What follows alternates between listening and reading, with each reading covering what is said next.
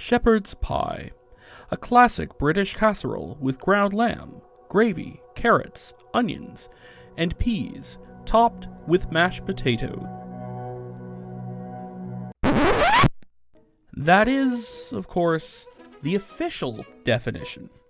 No ground beef or lack of Worcestershire sauce, lest ye be smited. Alas, things change, and food evolves. How much can we change about shepherd's pie until it is, shepherd's not pie? This is a dish dissection.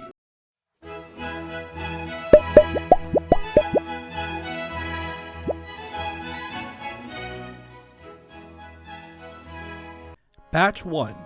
A classic your Nan would approve of. Let's start by making normal shepherd's pie. Here's some russet potatoes to which I will peel, then cut into quarters. Then we have carrots, onions, and rosemary. I will first peel and dice the carrots. Next, I will do a parallel cut to dice the onions. I'm picking my rosemary leaves and mincing like so. It looks like we're over at the stove now, and I am sautéing some ground lamb. Now there's those vegetables in the pot, and they're getting the same treatment. Tomato paste is plopped in with elegance, and now fries briefly. I have added flour, making sure to get every molecule of it coated in oil. This will now become gravy, because chicken stock. Hard to pronounce sauce, rosemary, peas, salt, and pepper go in, and we have our filling. I must now perform the potato process. Potatoes go in the pot prior to profuse boiling. These will mash better with a subtle 30-minute simmer.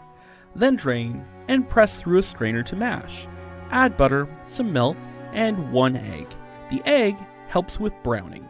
Get the filling in the casserole dish, and then we need our mash on top. Place in small dollops. Once dollop dimpled, do direct the divided mash into unity with a spatula until fully covering the top. Bake at 350 degrees Fahrenheit for 25 minutes, then broil for about 4 minutes or until golden. Now, with the price of lamb, I don't often make shepherd's pie, so this is a bit of a treat for me.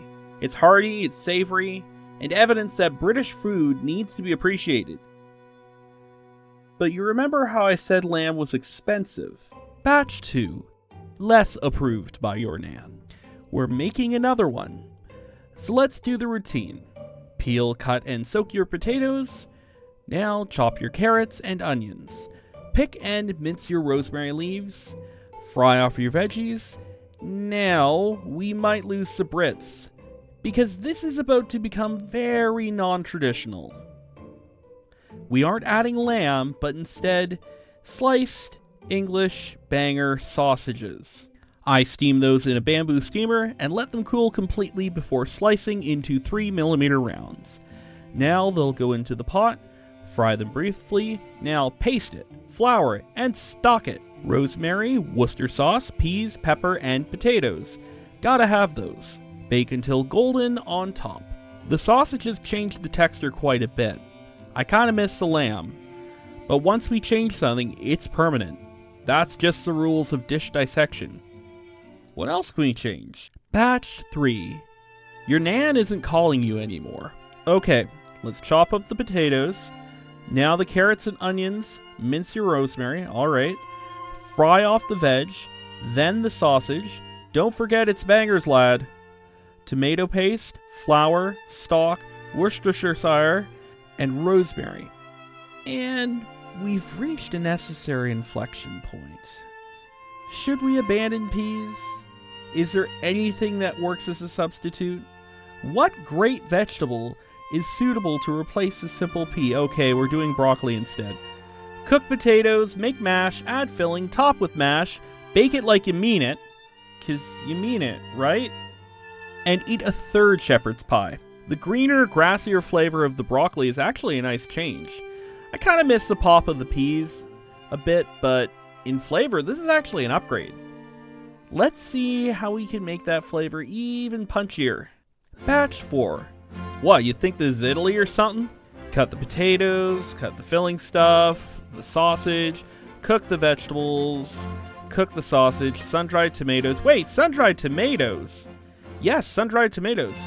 It may actually give a nice burst of savory flavor that will elevate the dish. These have been cut into a medium-sized dice and are going in to briefly saute. Then the tomato paste, the flour, the stock, all that other stuff, filling, mash, bake, taste. The sun-dried tomatoes do actually add a nice little pop of savoriness here and there. Each bite is a nice surprise. That said, I've eaten a lot of mash. I need to change it up. Batch 5.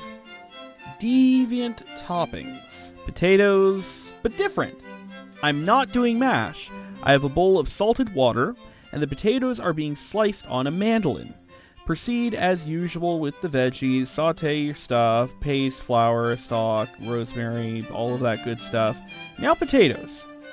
These got sliced because I like scallop potatoes. I've had a lot of shepherd's pie. I need to make a compromise. I'm layering these until it reaches the top of the dish and then baking at 300 until golden brown on top. Now this has potential, but I think I should have cut the potatoes a bit thicker and use a different variety of potato. Also, something's missing. Batch 6. Increased saturated fat. Potatoes, chop. Veggies, chop. Herbs, chop. Fry, paste, flour, seasonings, and in the casserole, I plop. Potatoes on top. And I missed the cheese last time. Add cheddar. It's British, you know. No, that doesn't count for much after what I've done to this dish. The cheese adds a nice bit of flavor on top. It complements the filling quite well, not overpowering any of the other flavors. One warning, watch how long you cook the potatoes. Cooking the pie too long will cause the gravy to split, so check the potatoes frequently. Final batch. Have I gone too far? Okay, last batch. Cut stuff, fry stuff, turn it into a gravy, season it, then, what's going on? Mikey, why are you working with dough? No! That's not a casserole dish! You need a casserole dish! No! Don't put it in a pie shell! No, Mikey, no! And after several iterative changes, here is our Ship of Theseus-esque shepherd's pie. We've, come a long way?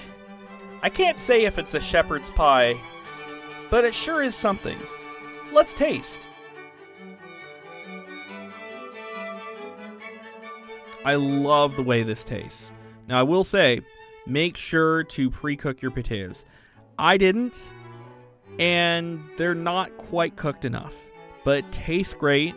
It's awesome with the pastry crust. I hate to say it, but it is definitely, to me, not a shepherd's pie anymore. It's shepherd's pie inspired, though. So, what would you call this dish?